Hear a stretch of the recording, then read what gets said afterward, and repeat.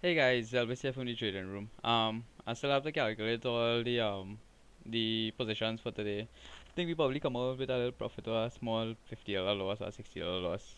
Reasonable for a day like today. Alright, this is a video, a review video of what happened today. The market is not crashing. Please do not consider this a crash. It is a 1,500 point move on the Dow.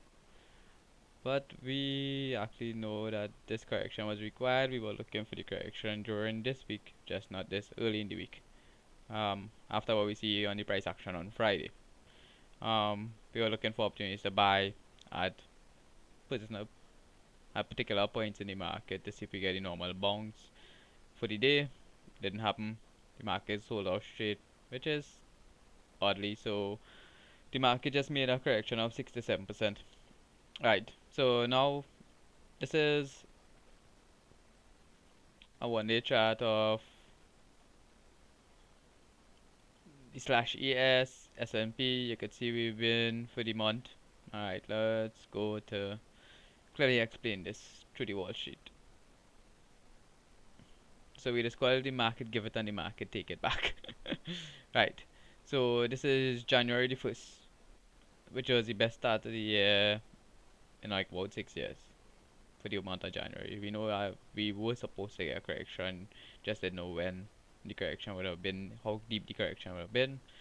I was looking to buy off of the support 24,677 or 24,700. That 25,000 number to go to the upside if it held.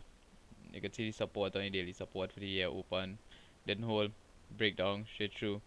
We might have a little more bearish action coming through on the Wall Street before we have some bulls coming into the market. So we're looking to buy the market tonight. So we're looking for the best opportunity to buy.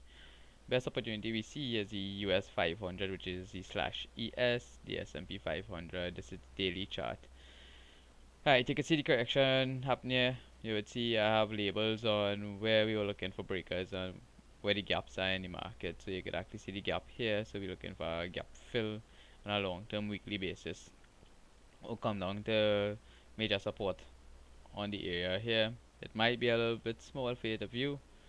So it's the same price action from January to February, and then the dip. There isn't anything fundamental driving this except for the non-rate increase, which was expected. And so how we gonna deal with this? So we're looking at where the gaps are. So you have your gap here. So if I go to a forward chart, we can clearly define what we see in here and why I'm looking to buy tonight. At limited risk, of course, probably 60 to $80 might have to take a little more because the volatility would have increased a lot. Nadex would increase the volatility, would mean pricing would be very difficult to achieve. Of course, we will be posting our deviations and charts and stuff in a little while. Alright, make sure my coordinates are correct. Right, so you can see gap there, the order block right here. You see I had it drawn before it actually bounced. You're looking for that wrong number of 120, I was saying 2600 to become a bullish buyer. So a live price should be in the age of 2605. So according to what spread we get into with a risk of between 60 to $80, place it as a working order. Is either we get bulls or we get bears to 2560 area tomorrow. So we're looking for either bounce off at this level back to up here, which would be we take profit. So it create an opportunity for a big move to the upside, which is like about $200 to $300. So we're looking for more or less 3 to 1. So if we take $80 risk, we may be able to get we'll be looking for a 3 to 1 trade tomorrow at 2640. So we're looking at again $240 or $580 risk, maximum risk we will accept within the trading program. So this created a buying opportunity. If we do get bears would come in at 25.60, we'll be looking for the next buying opportunity. So we'll be placing in this trade here. We might be placing a trade on the Wall Street, looking at the test of the low at the 2650 for same 3 to 1 trade. We might have to take $100 as the risk for that trade. So we place those two trades in tonight and look for the market to move in our way. Set up, we take profits in areas, wake up in the morning and see if we did well or not. We'll be buying at the floors of the spreads. So we might be just out of the money if we're looking to buy this, and we according to where we open at 6 p.m. Right, so that is the market there.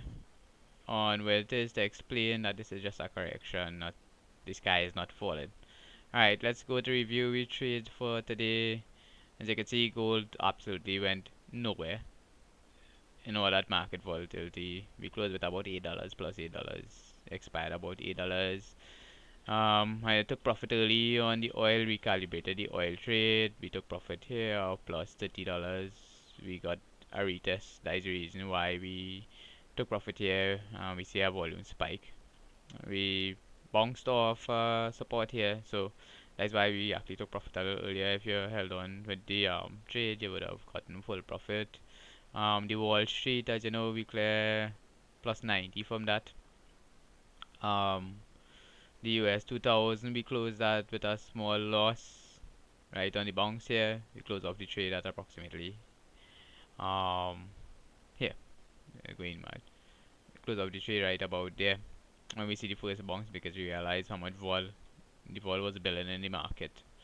So we close off the trade at a small loss at $20 to $30. The slash ES, we closed off at 330, the same type of move from the downside to the upside. Even on the bigger move, we were able to get out of it because the amount of volatility that was built up.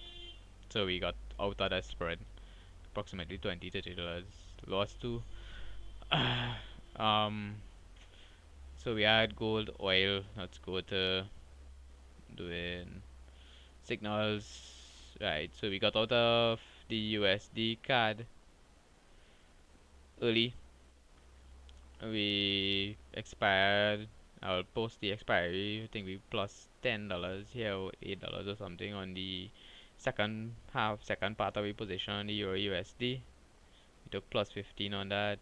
The oil spread, of course, if you had kept it, you would have taken full profit. We took $30. The gold spread we made $8 on. Market went against us on the GBP, JPY after the markets at a dump. So the market dumped out and we got minus 25 for that. The US spread, we took minus 20 to 30 on this. The GBP USD, I think we closed at minus, if it was on the signal, it would be minus 5 to $8 or minus $15 on that.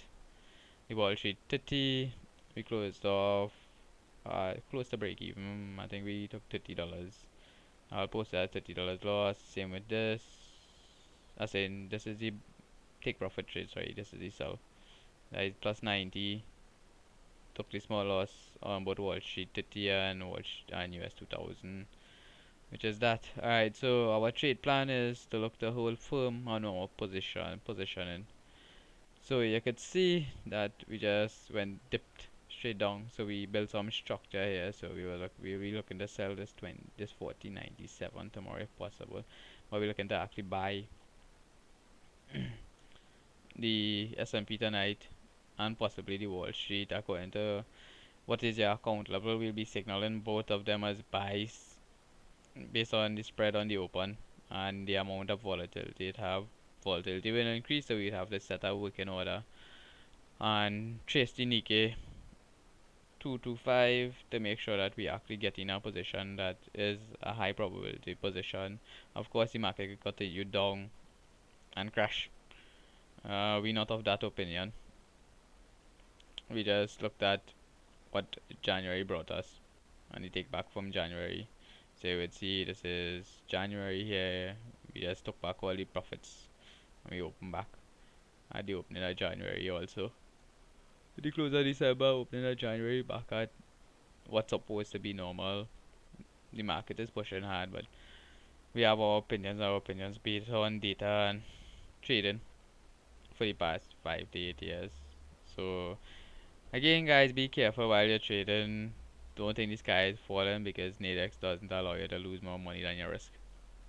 I got slipped on my secondary buy on my buy trade on the Wall Street on the open market about 4 points, 4 to 5 points on the slash ES, which isn't bad for the volatility that was built up, which is a lot of money if you consider it on a daily basis, but we look at trading on a weekly basis to a monthly basis. Okay, guys. I hope this was a little bit educational to you, and yeah, I had made good decisions today in trading. Okay, guys. Bye.